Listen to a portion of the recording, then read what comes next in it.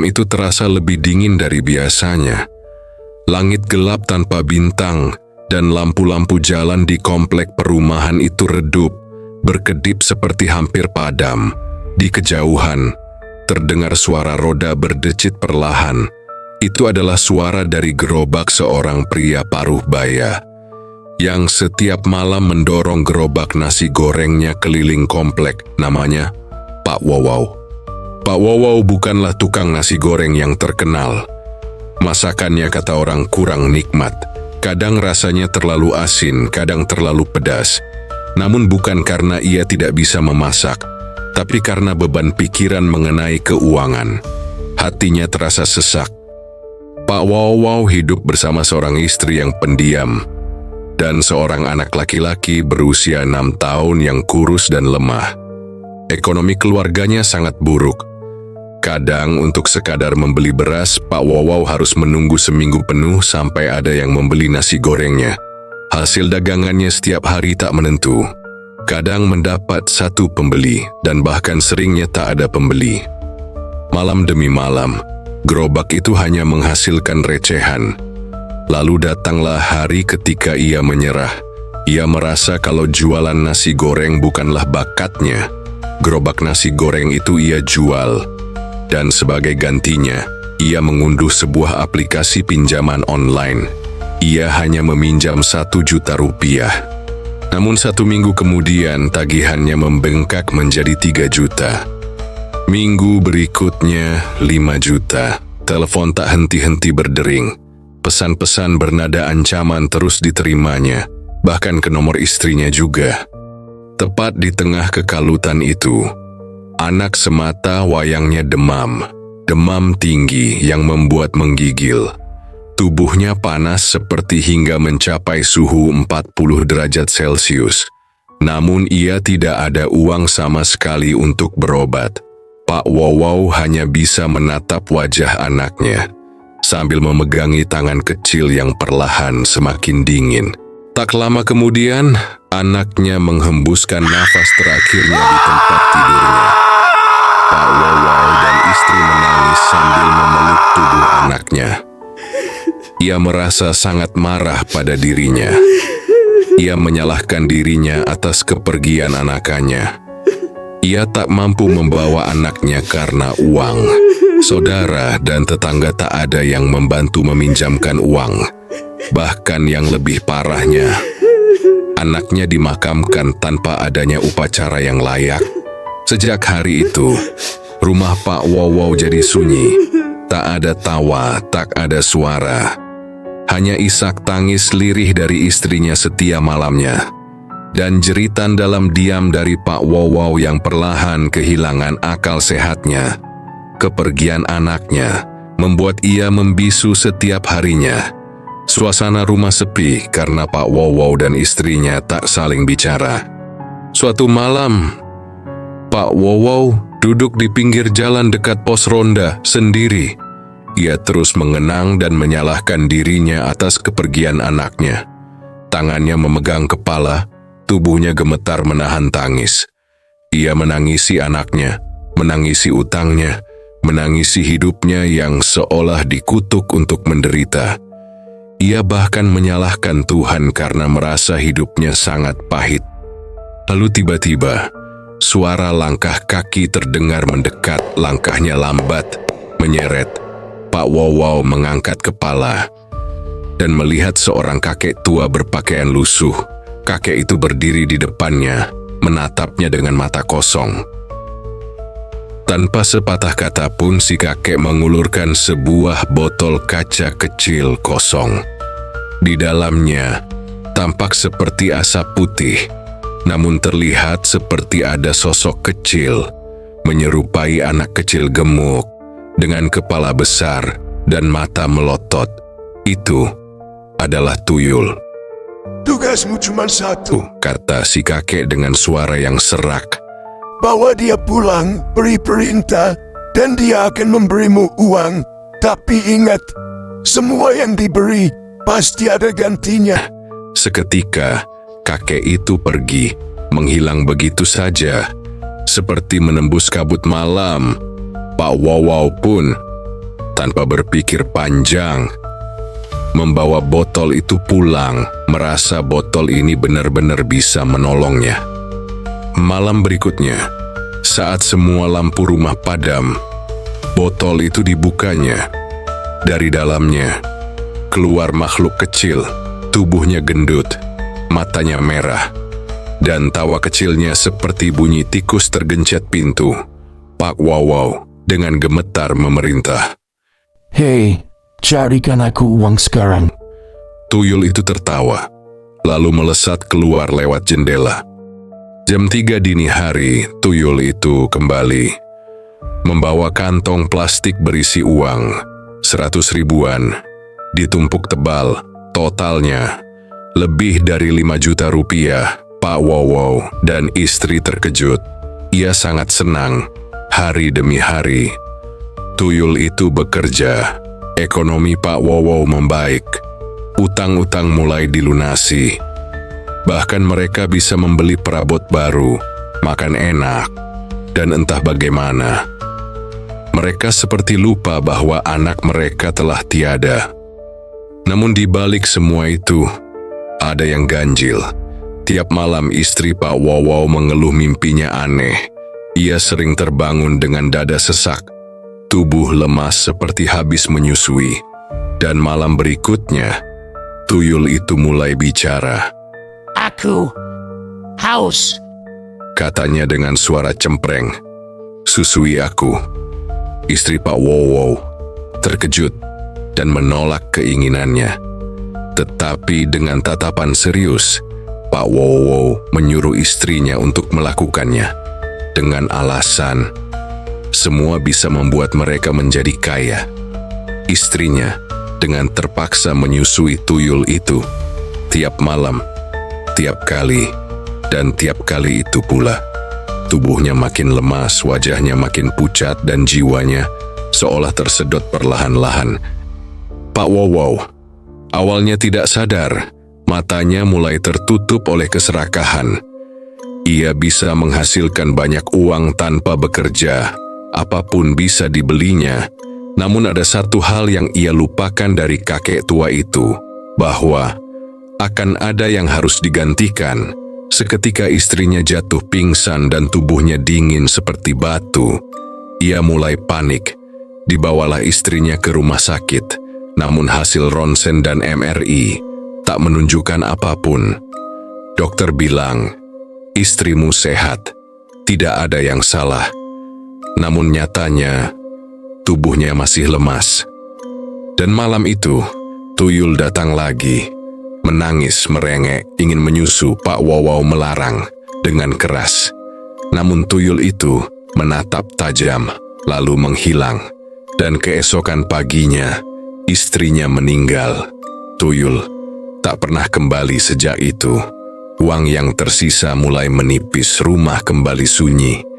Dan Pak Wow sekali lagi duduk di pinggir jalan, di tempat yang sama. Ia menunggu si kakek, namun tak pernah muncul lagi. Kini, hidupnya kembali porak-poranda. Hari-hari setelah kematian istrinya, Pak Wow hidup seperti bayangan. Ia tidak berbicara, tidak makan, tidak tidur. Tetangganya mulai khawatir. Mereka mendengar suara-suara aneh dari rumah Pak Wow. Suara orang tertawa, menangis, teriak, dan kadang suara anak kecil yang berlari di tengah malam. Tapi ketika mereka mengetuk pintu rumahnya, tak ada jawaban. Pak Wow seakan menghilang di dalam rumahnya sendiri. Beberapa tetangga mengira ia sudah gila, namun tak satu pun berani masuk. Malam itu, pukul 2 dini hari, lampu rumah Pak Wow menyala tiba-tiba.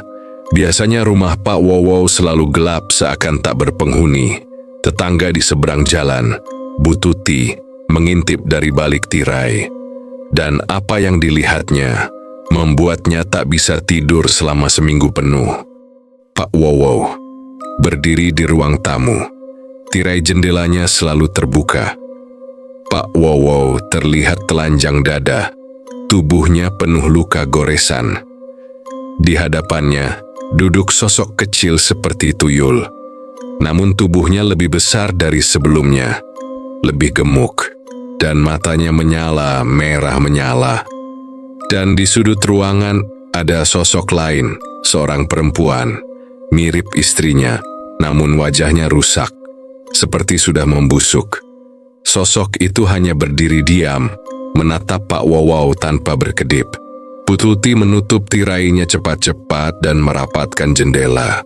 Detik itu juga, ia tahu ada yang tidak beres di rumah itu.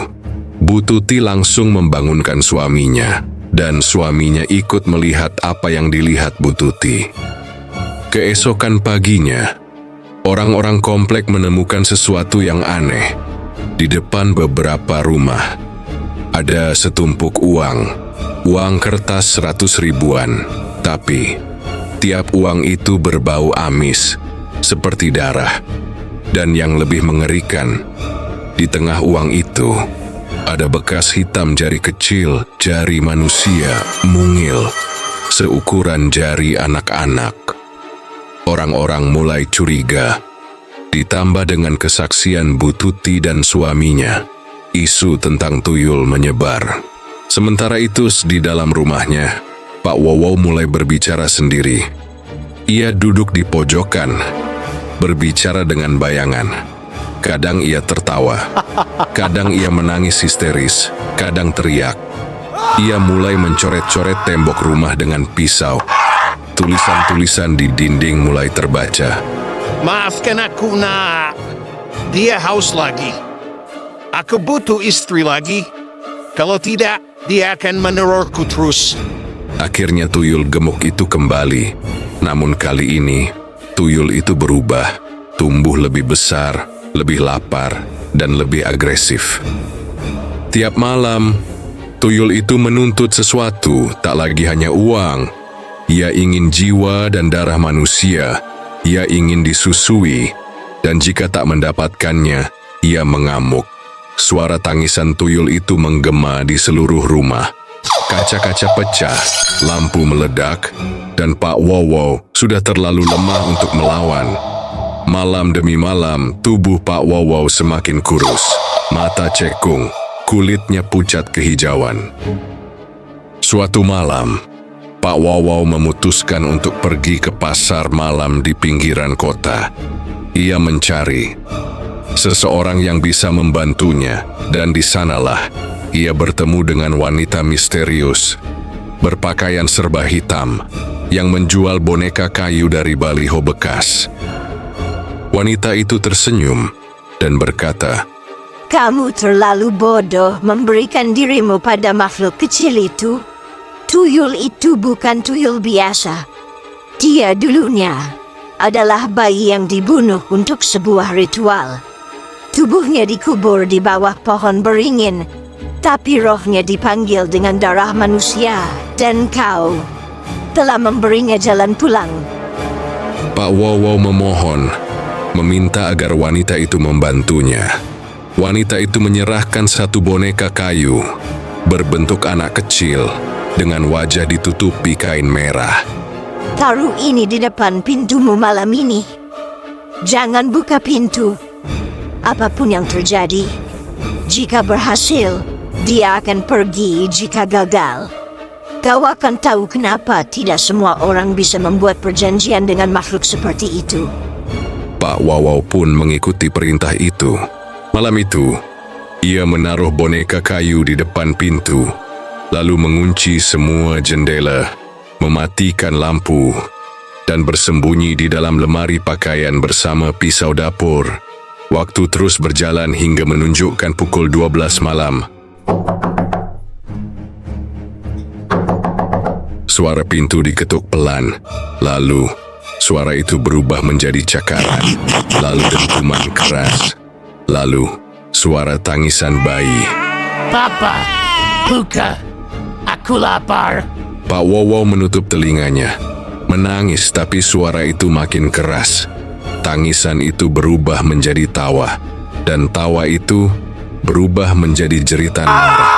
Sesuatu menghantam pintu, jendela pecah, tembok bergetar, dan tiba-tiba semua menjadi sunyi.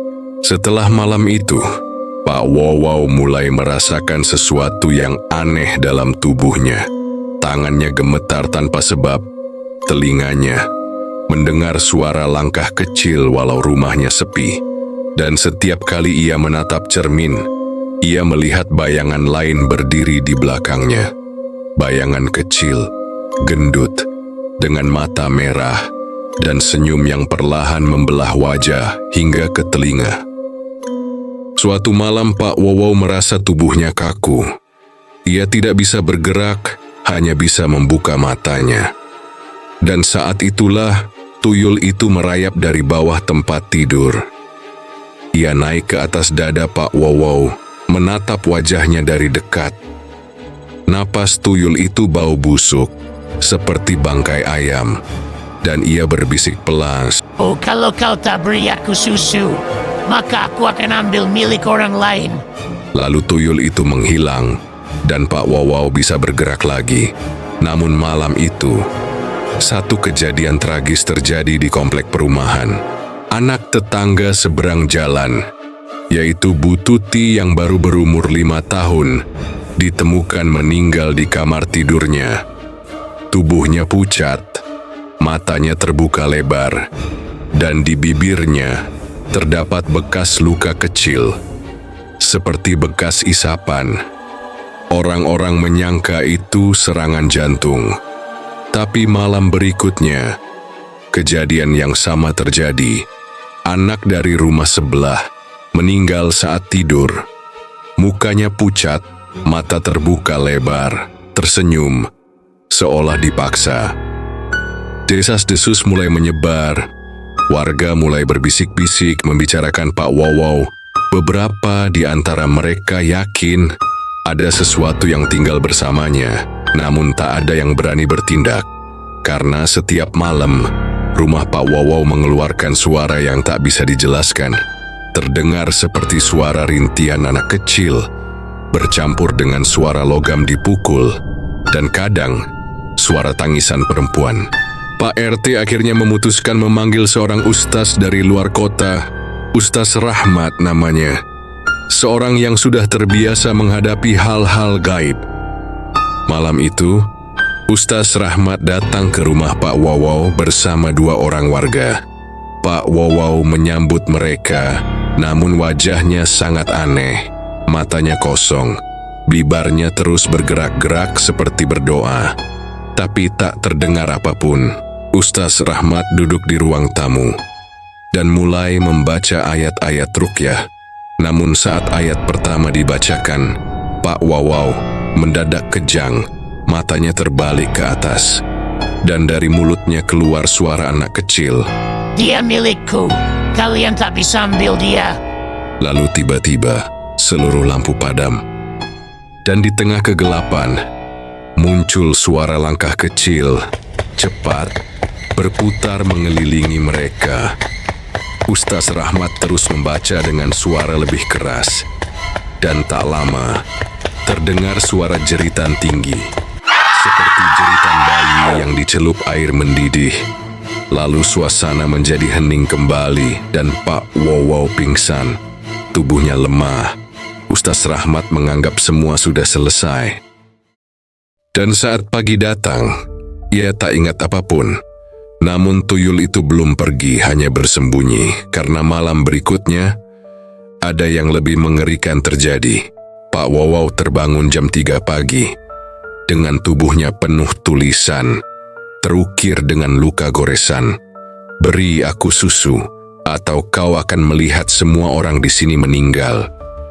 Pak Wow menangis. Ia memohon agar tuyul itu pergi. Ia berkata akan memberikan apapun, asal jangan ganggu orang lain. Dan tuyul itu mendadak muncul di cermin kamar. Ia tidak lagi berbentuk bayi. Tubuhnya makin besar, seperti anak usia 10 tahun. Namun wajahnya masih seperti boneka mati. Tak ada emosi, hanya tatapan kosong. Dan tuyul itu berbicara. Kalau begitu, beri aku ibu baru. Pak Wow membeku. Tuyul itu ingin korban baru.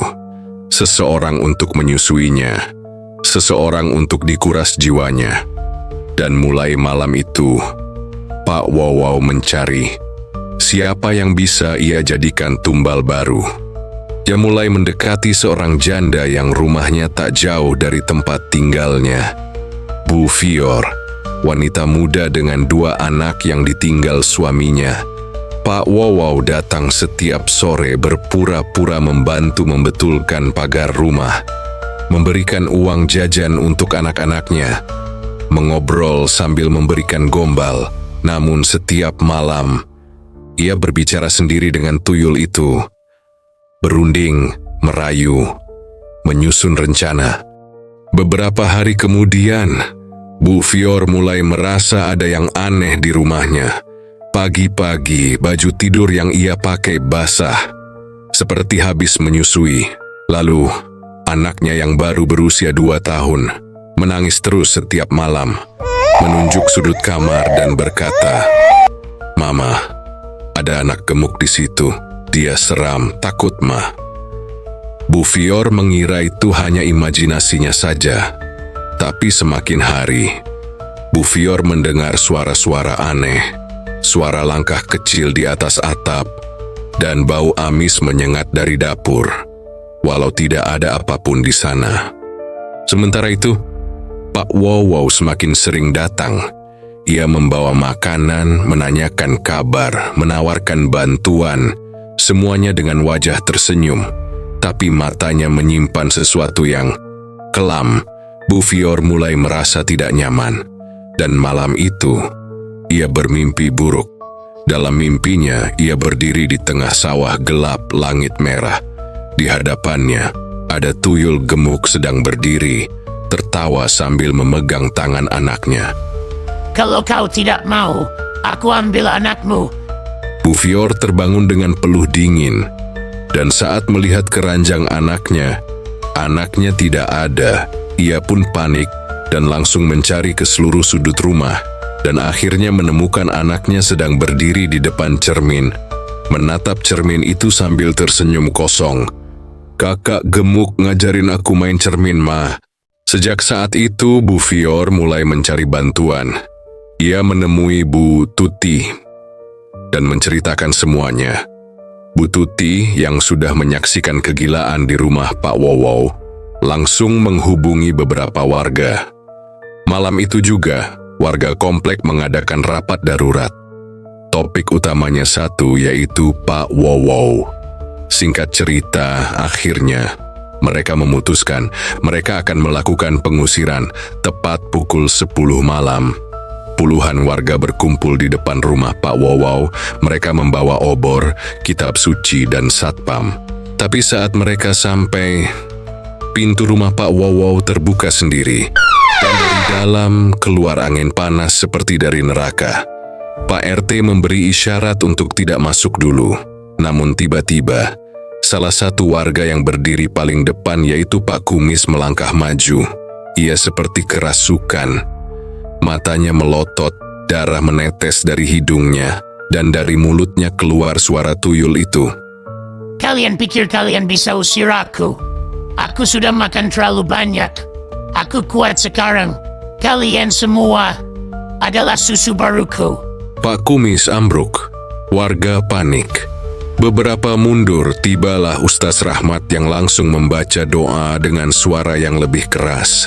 Dan saat itulah, pintu rumah Pak Wow terbanting menutup sendiri. Dalam rumah, terdengar suara jeritan. Jeritan Pak Wow. Suara itu tidak seperti manusia lagi.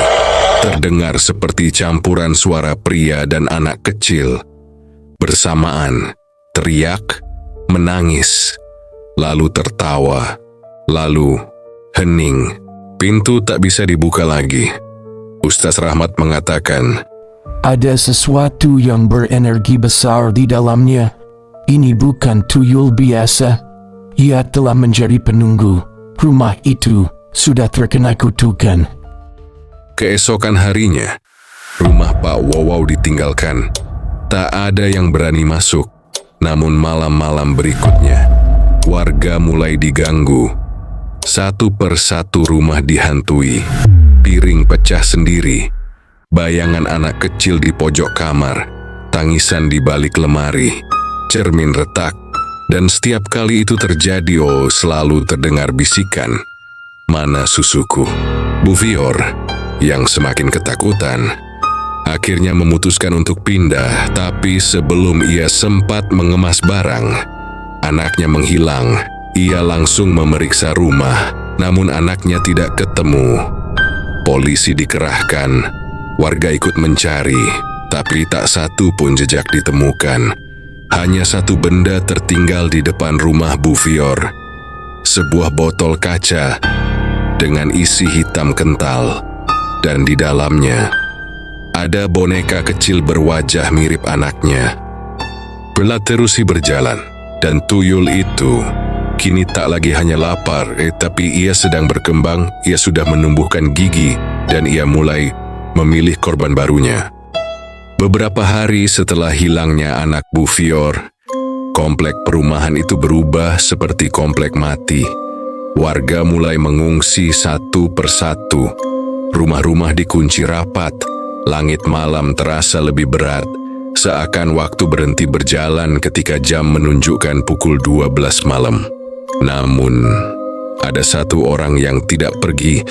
Ya, pasti kalian juga sudah tahu. Orang itu adalah Pak Wow. Ya, dia masih tinggal di rumah itu. Mereka bilang ia tidak makan lagi, tidak bicara. Ia hanya duduk di sudut rumahnya yang gelap, menatap sebuah botol kaca yang kini sudah pecah, dan isinya, tuyul gemuk itu, tidak lagi bisa dikendalikan. Pak Wow mulai menulis sesuatu di dinding dengan darahnya sendiri. Kalimat yang sama berulang-ulang. Aku hanya ingin anakku kembali. Aku hanya ingin anakku kembali. Tapi anak itu sudah lama mati. Dan kini roh anaknya mungkin bukan di surga, melainkan telah menjadi bagian dari makhluk itu. Ustaz Rahmat, yang merasa ada sesuatu yang lebih besar dari sekadar gangguan gaib, memutuskan untuk mencari asal-muasal tuyul tersebut. Ia pergi ke desa tua di ujung barat kota, tempat di mana konon dulu pernah ada sekte pemuja bayi. Di sana ia menemui seorang nenek tua bernama Nyai Rita. Nenek itu buta, namun katanya ia bisa melihat yang tidak bisa dilihat. Saat Ustaz Rahmat menyebutkan ciri tuyul tersebut, Nyai Rita terdiam lama, lalu berkata pelan, Itu bukan tuyul biasa, nak. Itu adalah bayi tersesat. Ustaz Rahmat bertanya, apa maksudnya? Dan sang nenek menjawab, Dulu, ada sekelompok orang yang melakukan ritual kuno. Mereka percaya bahwa jika seorang bayi meninggal saat ibunya menolak menyusuinya, maka arwah bayi itu akan gentayangan, lapar, marah, dan tidak bisa pergi ke alam lain, kecuali jika ada yang bersedia menyusuinya di dunia ini. Tapi susu itu bukan untuk tubuh, melainkan untuk menumbuhkan kekuatannya. Tuyul gemuk itu bukan sekadar makhluk mistis, ia adalah iblis. Dan ia tidak bekerja untuk manusia, ia hanya menggunakan mereka. Nyai Rita melanjutkan, Jika makhluk itu sudah menyusu selama 7 malam dari manusia hidup, maka ia akan tumbuh menjadi sesuatu yang lebih jahat dan tak bisa lagi dikembalikan ke botol. Ia akan menjadi bayangan anak, dan bayangan itu akan terus mengikuti orang yang pertama kali membawanya keluar. dan siapa orang itu? Pak Wow. Kini walau botol sudah pecah, walau tuyul itu sudah tidak terlihat selama beberapa malam terakhir, Pak Wow selalu mendengar suara langkah kecil dimanapun ia pergi.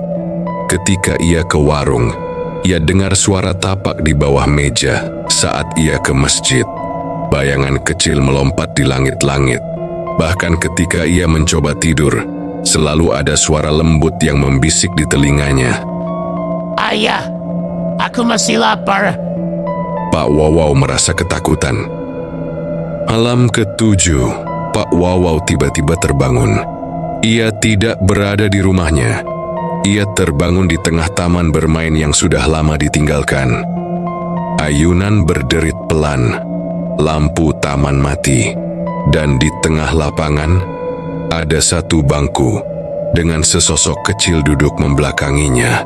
Pak Wawau tahu, itu pasti sih tuyul, tapi saat ia dekati, sosok itu menoleh. Itu bukan tuyul lagi. Tubuhnya sudah sebesar anak SMP, matanya kosong, tapi mulutnya terus mengunyah, walau tidak ada apapun. Dan di pelukannya ada sesuatu, boneka lusuh. Boneka yang sama seperti yang dulu dimiliki anak Pak Wawau. Lalu makhluk itu bicara. Ayah, aku sudah kenyang sekarang. Tapi kalau ayah masih ingin kaya, aku bisa bantu lagi kok, tenang saja. Tapi kali ini, ayah harus cari botolnya. Sejak malam itu, Pak Wawau menghilang, rumahnya kosong. Tapi beberapa warga yang kembali ke komplek bersaksi, setiap malam Jumat, di taman bermain, ayunan bergerak sendiri. Dan dari sudut taman, terdengar suara anak kecil tertawa. Lalu, dari arah pohon besar di belakang taman keluar seseorang, berjalan pelan, menyeret kaki dengan tubuh yang penuh goresan. Dan itu adalah Pak Wawau. Pak Wawau belum sepenuhnya hilang dari alam kita, dan mungkin dia sedang mencari korban barunya.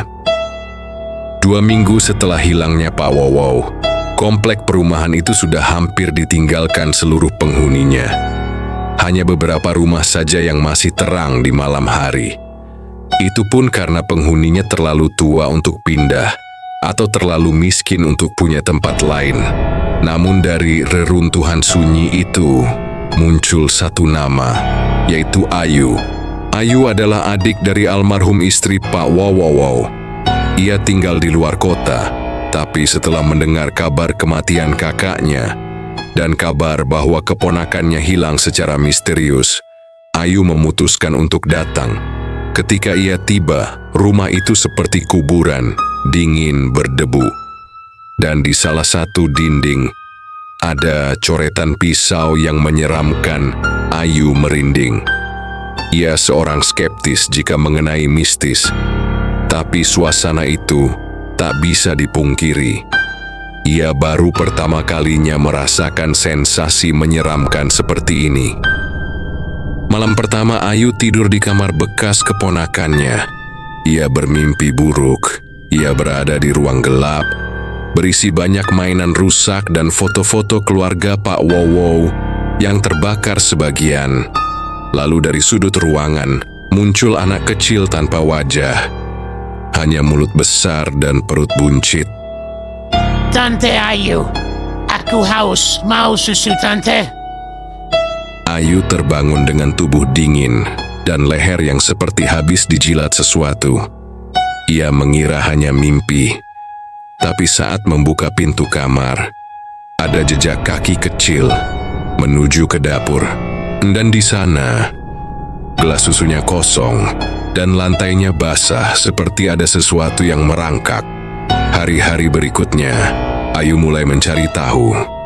Ia menemui beberapa warga yang masih tinggal, termasuk Pak Herman yang bekerja sebagai penjaga pos, yang dulu sering ngobrol dengan Pak Wawau. Pak Herman awalnya enggan bicara, namun setelah Ayu memaksa, ia akhirnya buka suara.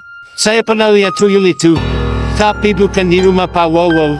Saya lihat dia di rumah kosong di ujung komplek, yang dulunya bekas rumah dukun tua, yang katanya dulu pernah punya anak. Tapi anaknya yang baru lahir mati karena dukun tersebut dibakar hidup-hidup oleh warga. Warga mengira bahwa dukun itu berbahaya dan seram. Dan sejak itu, banyak kejadian aneh di rumah itu. Ayu langsung ke sana. Rumah itu benar-benar seperti sarang makhluk gaib. Pohon beringin besar tumbuh liar di belakangnya. Pintu depan sudah tak bisa dibuka. Jadi Ayu masuk lewat jendela kamar yang terbuka. Di dalamnya, bau debu dan terdapat banyak dupa. Dan satu lukisan tergantung di tengah rumah. Lukisan seorang bayi dengan tubuh gemuk dan mata hitam kosong. Tertulis di bawahnya, "Anakku lahir dan mati, namun tidak akan kubiarkan pergi." Dukun merah, Ayu mulai menghubungkan semuanya. Tuyul itu bukan muncul dari keinginan Pak Wow. Pak Wow hanya korban. Tuyul itu adalah sisa dari ritual gagal yang dilakukan dukun merah. Dan mungkin roh anak itu bukan satu-satunya yang tertahan. Ayu menggali lebih dalam. Ia menemukan buku tua di rumah itu berisi catatan ritual dukun merah. Isinya sangat seram dan aneh. Salah satu halaman ditulis dengan tinta merah dan berjudul 5 jiwa bisa memberikan kehidupan abadi. Ritual itu membutuhkan 5 korban manusia hidup untuk menyusui makhluk itu selama 7 malam. Tapi yang Ayu sadari kemudian, dalam daftar korban yang sudah memberi susu, ada 4 nama. Istri Pak Wow sudah meninggal. Seorang wanita tua warga komplek hilang sejak bulan lalu. Ibu dari anak yang pernah histeris di depan cermin. Pindah secara misterius tapi rumahnya kini kosong. Anak Pak Wow yang hilang. Keponakan Ayu sendiri. Dan 1 nama kosong. Korban kelima belum dipilih. Ayu menatap catatan itu dengan napas tercekat. Lalu ia membaca kalimat terakhir di bawah halaman. Yang kelima akan datang dan mencari tahu tentang ini. Ayu, adiknya istri Pak Wow. Ia merasa kalau ia merupakan korban terakhir. Malam itu Ayu mendengar suara pintu diketuk 3 kali, pelan, berirama, seperti lagu pengantar tidur. Saat ia intip dari lubang pintu, tak ada siapapun. Tapi saat ia berbalik, tuyul gemuk itu sudah berdiri di belakangnya.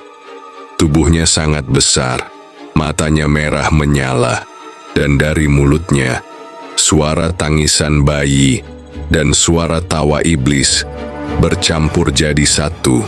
Dia berkata, Tante Ayu, sekarang giliranmu. setelah pertemuannya dengan makhluk itu, Ayu pingsan di depan pintu saat ia terbangun. Ia tidak lagi berada di rumah peninggalan Pak Wow. Ia ada di sebuah kamar yang sama namun berbeda. Gelap, lembab, dan warna sekitar ruangan berwarna hitam putih.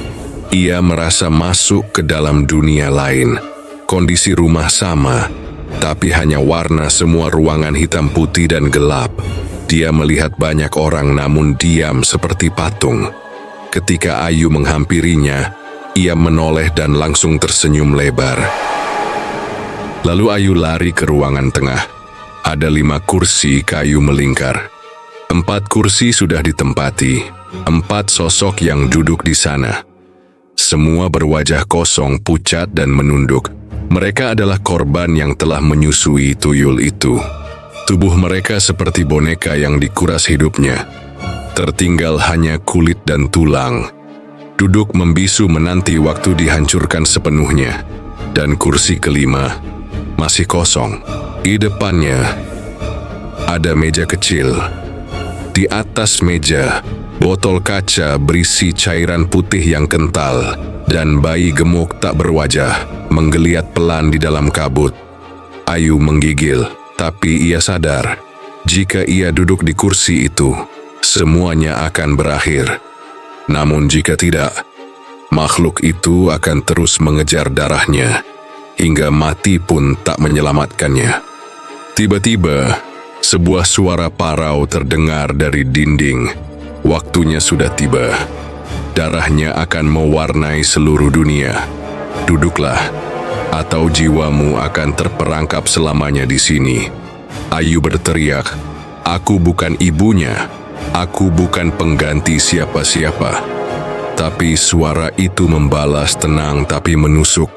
Kau terpilih menjadi yang terakhir, dan darahmu berbeda dari yang lain.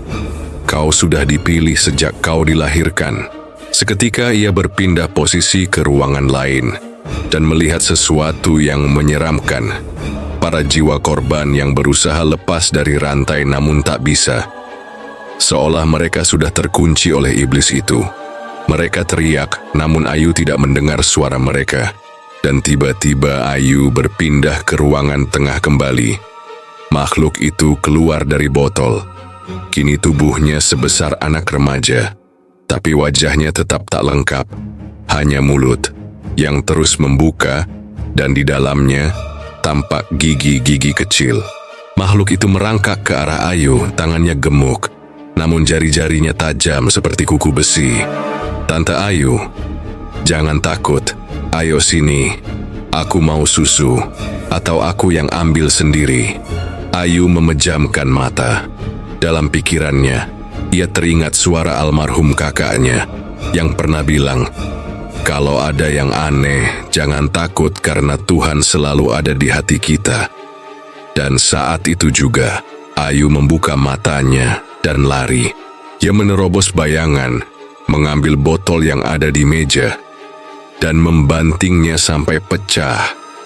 Makhluk itu berteriak dan terbakar oleh api yang berwarna hitam. Tapi teriakan itu bukan suara tuyul, melainkan suara-suara keempat korban lain, yang seolah baru bisa berteriak setelah sekian lama terperangkap. Ayu melihat bahwa dalam tubuh tuyul itu, jiwa-jiwa mereka keluar dan mengajak Ayu untuk ke tempat yang bercahaya putih. Ayu berlari dan melewati cahaya putih itu. Ia tersadar dari tidurnya. Sebelum keluar, Ayu mendengar dari berbagai suara korban. Mereka semua berterima kasih dan minta untuk didoakan. Lalu Ayu menangis karena ia juga mendengar suara adiknya dan keponakannya. Setelah Ayu terbangun, ia merasa lelah dan mengeluarkan air mata. Dan ia sadar dengan satu hal. Makhluk itu bukan ingin susu. Ia ingin menyimpan jiwa mereka sebagai tumbal untuk hidup kembali. Dan botol itu adalah segel yang mengunci iblis itu. Sekali seseorang melepasnya, ia akan mencari jiwa-jiwa yang ada. Ayu merasa bahwa botol pecah bukan berarti tuyul itu akan mati. Ia hanya ingin memastikannya lagi dengan mengambil sebuah minyak yang ada di sudut ruangan, menyiramkan kepecahan botol itu, dan membakarnya dengan korek yang ada di kantongnya. Api langsung menyala besar, berubah jadi biru, dan menyebar ke seluruh ruangan. Makhluk itu menjerit sangat kencang, dan suaranya menghilang. Makhluk itu lenyap seakan kembali ke neraka. Dan itulah akhir cerita hari ini. Cerita ini membawa kita ke lorong-lorong tergelap, dari kehidupan yang dipenuhi putus asa, rasa bersalah, dan perjanjian yang tak seharusnya dilakukan. Pak Wow adalah cerminan dari banyak orang di luar sana yang berjuang mati-matian demi keluarganya, namun pada akhirnya memilih jalan pintas tanpa berpikir akibatnya. Ia hanya ingin hidup yang lebih baik, hanya ingin melihat istrinya tersenyum dan anaknya sehat. Tapi dunia ini kadang kejam terhadap orang baik yang terlalu lemah melawan kejamnya dunia. Dan disitulah iblis menunggu dan mencari kelemahanmu.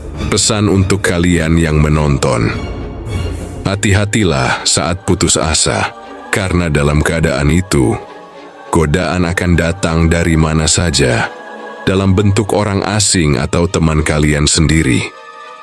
Namun ingat, segala hal yang datang dengan instan, tanpa usaha, tanpa perjuangan, selalu memiliki harga yang tak bisa kalian bayar. Dan kadang, bukan nyawamu yang hilang, tapi hatimu, jiwamu, dan semua yang kau cintai. Jika suatu saat kamu dalam kondisi yang sama atau masalah yang sangat besar, ingatlah bahwa Tuhan tidak akan memberikan suatu masalah yang tidak bisa diselesaikan. Berdoalah, karena bisa jadi kamu giliran selanjutnya. Terima kasih telah menyaksikan cerita ini. Jika kamu suka cerita ini, Jangan lupa untuk like, komentar, dan subscribe agar kamu tidak ketinggalan cerita-cerita seram lainnya. Dan ingat, jangan pernah bermain-main dengan sesuatu yang tak kamu mengerti, karena iblis selalu punya cara untuk merayumu. Sampai jumpa di malam berikutnya, dengan kisah yang lebih gelap, lebih dalam, dan lebih nyata dari yang kau kira. Dan terakhir, jangan lupa matikan lampu.